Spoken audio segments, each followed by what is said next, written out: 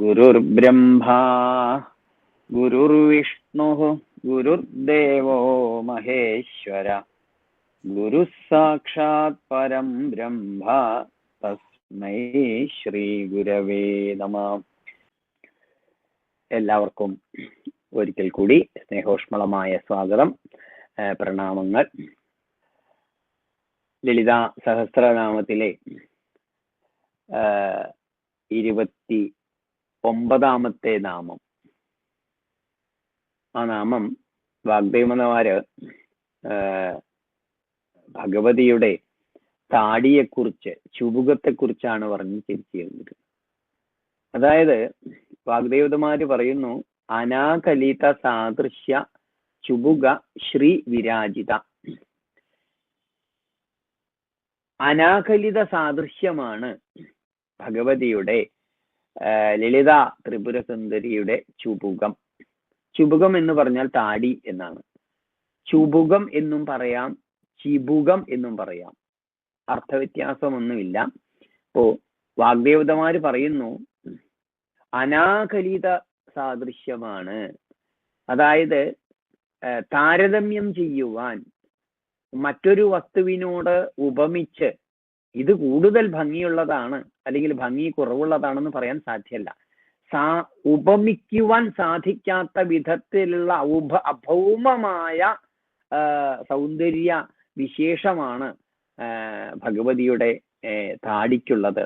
അനാകലിത സാദൃശ്യ ചിബുക, അങ്ങനെയുള്ള ആ ചുബുകം കൊണ്ട്, താടി കൊണ്ട്, ആ താടിയുടെ ഐശ്വര്യം കൊണ്ട്, അഭൗമമായ ഭംഗി കൊണ്ട് വിരാജിക്കുന്നവൾ എന്ന് നാമത്തിന് നമുക്ക് അർത്ഥം കാണാവുന്നതാണ്. അനാകലിത സാദൃശ്യമായ, തുല്യമെന്ന് മറ്റൊന്നുമായി ബന്ധപ്പെടുത്താൻ കഴിയാത്ത ചുബുകത്തിന്റെ, താടിയുടെ, താടി എന്ന് പറയുന്നത് കീഴ്ചുണ്ടിന് താഴെയുള്ള പ്രദേശം, ചിബുകം എന്നും പറയാം, ചുബുകം എന്നും പറയാം. അതിന്റെ ശ്രീയാൽ, സൗന്ദര്യത്താൽ വിരാജിക്കുന്നവൾ എന്നാണ് നാമത്തിന് വാഗ്ദേവതമാര് വർണ്ണിക്കുന്നത്. വാഗ്ദേവതമാര് പലതരത്തിൽ വർണ്ണിക്കാൻ ശ്രമിച്ചിട്ടും മറ്റൊന്നിനോട് ദേവിയുടെ ചുബുകത്തെ, താടിയെ ഉപമിക്കാൻ കഴിഞ്ഞില്ല. കവികൾ, ബ്രഹ്മാവ് തുടങ്ങിയിട്ടുള്ള കവികള് പല രീതിയിൽ വർണ്ണിച്ചിട്ടും ദേവിയുടെ ചുബുകശ്രീയെ വിവരിക്കുവാൻ, വർണ്ണിക്കുവാൻ സാധിച്ചിട്ടില്ല. അപ്രകാരമുള്ള ആ അഭൗമമായ സൗന്ദര്യമുള്ള ചുബുകത്തെക്കുറിച്ച്, താടിയെ കുറിച്ച് ആചാര്യസ്വാമികള് സൗന്ദര്യലഹരിയില് വർണ്ണിക്കുന്നുണ്ട്.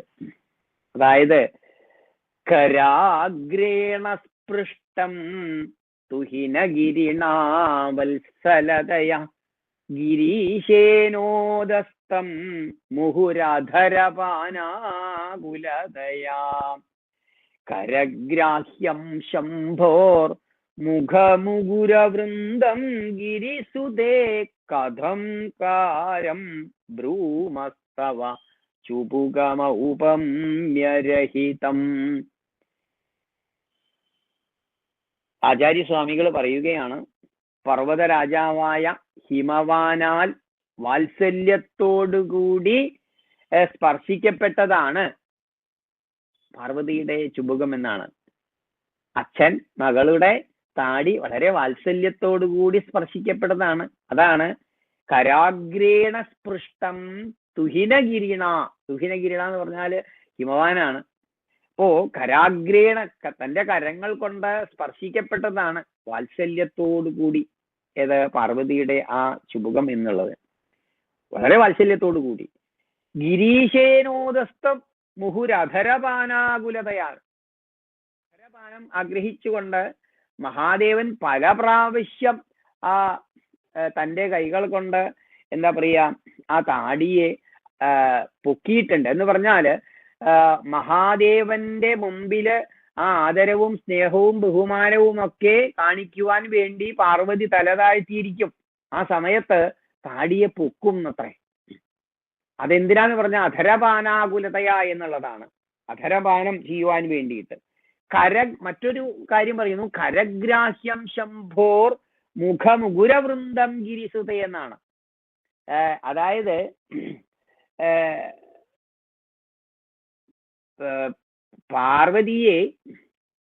പാർവതിക്ക് പരമശിവനെ കാണണം എന്നുണ്ടെങ്കിൽ ആ പാർവതിയുടെ താടി എന്ന് പറയുന്നത് പണ്ടൊക്കെ എന്താണ്, മുഖക്കണ്ണാടി. ആ മുഖക്കണ്ണാടിയുടെ കൈപ്പിടിയാണ് പാർവതിയുടെ താടി എന്നാണ് പറയുന്നത്. അപ്പോ പാർവതിയെ അല്ലെങ്കിൽ പാർവതിക്ക് പരമശിവനെ കാണണം എന്നുണ്ടെങ്കിൽ ആ കണ്ണാടിയിൽ നോക്കിയാൽ മതി എന്നാണ് പറയുന്നത്. പരമശിവനാൽ വീണ്ടും വീണ്ടും ഉയർത്തപ്പെട്ട മുഖമാകുന്ന ആ മുകുരത്തിന്റെ കണ്ണാടിയുടെ കൈപ്പിടി പോലെയുള്ളതാണ്. അത് ഔപമ്യരഹിതവുമാണ്. അങ്ങനെയുള്ള ആ ചുബുകത്തെ ഞാൻ എങ്ങനെ വർണ്ണിക്കാനാണ് എന്ന് ആചാര്യസ്വാമികള് ആ സൗന്ദര്യ ലഹരിയിലെ ശ്ലോകത്തിലൂടെ ഭഗവതിയുടെ ശുഭുകത്തെ വർണ്ണിക്കുന്നുണ്ട്. അപ്പോ നാമം ഇങ്ങനെയാണ്: അനാകലിത സാദൃശ്യ ശുഭുക ശ്രീ വിരാജിത.